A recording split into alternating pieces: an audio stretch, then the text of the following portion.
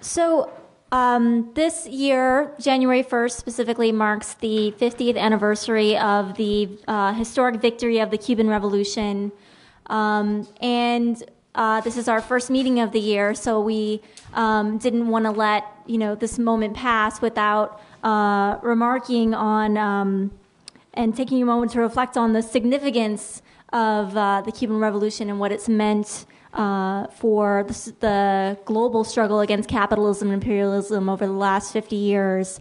Although the main focus tonight is, of course, the massacre in Gaza, and even in Cuba, the celebrations for the anniversary are very much subdued because of the tremendous suffering that they've endured because of the three major hurricanes that hit the island this season. They have planned much larger international gatherings and so forth throughout the year, and they've had to cut back significantly because of the rebuilding process that they're going through. So it isn't, quite the celebratory occasion that we would have hoped for at this moment. But nonetheless, it is a remarkable occasion. It's a wonderful occasion for Cuba, for everyone around the world struggling to end capitalism. And it's an important time for us also, as we remember the importance of Cuba, to, as a party, take this moment at the beginning of the year to renew our commitment to freeing the Cuban Five. Their case has now reached the Supreme Court. The lawyers have filed papers, are due to file papers by the end of February. The Supreme Court hasn't even decided yet whether they'll hear the case. And if they refuse to hear the case, then that is the final appeal for the five in terms of whether they'll get a new trial. So it's more important than ever that we, with everything that's going on, make that a priority, keep the pressure on to make sure that their case gets heard. Especially, there's a new administration, a new attorney general. A new opportunity for us to apply some pressure from the streets to win a victory for the five heroes, which is a priority for the Cuban people. But I'll be brief because I know there are very important things to discuss tonight. I did want to read in this week's Workers' World Party paper. There's a statement from the party about the Cuban Revolution and then the 50th anniversary of the revolution. I'm just going to read a bit of it.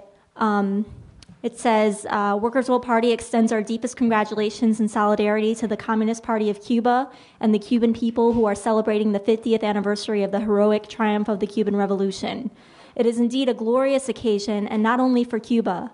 Workers and the oppressed around the world share the deepest respect and pride for all that the Cuban people have accomplished over this last half-century, despite tremendous aggression from imperialist countries and from the U.S. in particular. Once a country firmly under the boot of the U.S. military and multinational corporations, Cuba has now lived freely for 5 decades. This small island nation managed to throw off the chains of hundreds of years of foreign domination to forge a fiercely independent path in full and open solidarity with virtually every progressive struggle around the world.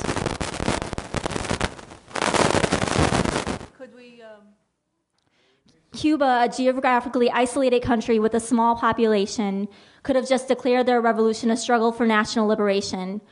Such an achievement alone would have been most impressive. But soon after that, Fidel Castro and the Cuban people declared victory over puppet dictator Fulgencio Batista. Fidel declared that theirs was a socialist revolution. With that declaration, the leaders of the Cuban Revolution tied their fate to that of millions around the world struggling to throw off their own oppression. The tremendous success of their revolution remains an inspiration to all who want to end capitalism and imperialism and form a society based on cooperation and meeting human needs. And then the statement goes on to discuss some of the accomplishments of the Cuban Revolution in Cuba and throughout the world in the international solidarity movement over the last 50 years. And ends with the following. Workers' World Party is also celebrating our 50th anniversary this year. We are tremendously proud to say that our 50 years of struggle here in the belly of the beast have included 50 years of total solidarity and support for the Cuban Revolution.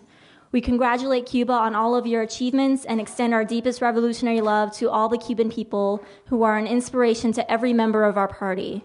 We look forward to someday achieving here in the U.S. what you have achieved and to break the chains of capitalism and imperialism once and for all. Long live the Cuban Revolution, free the Cuban Five, end the blockade now.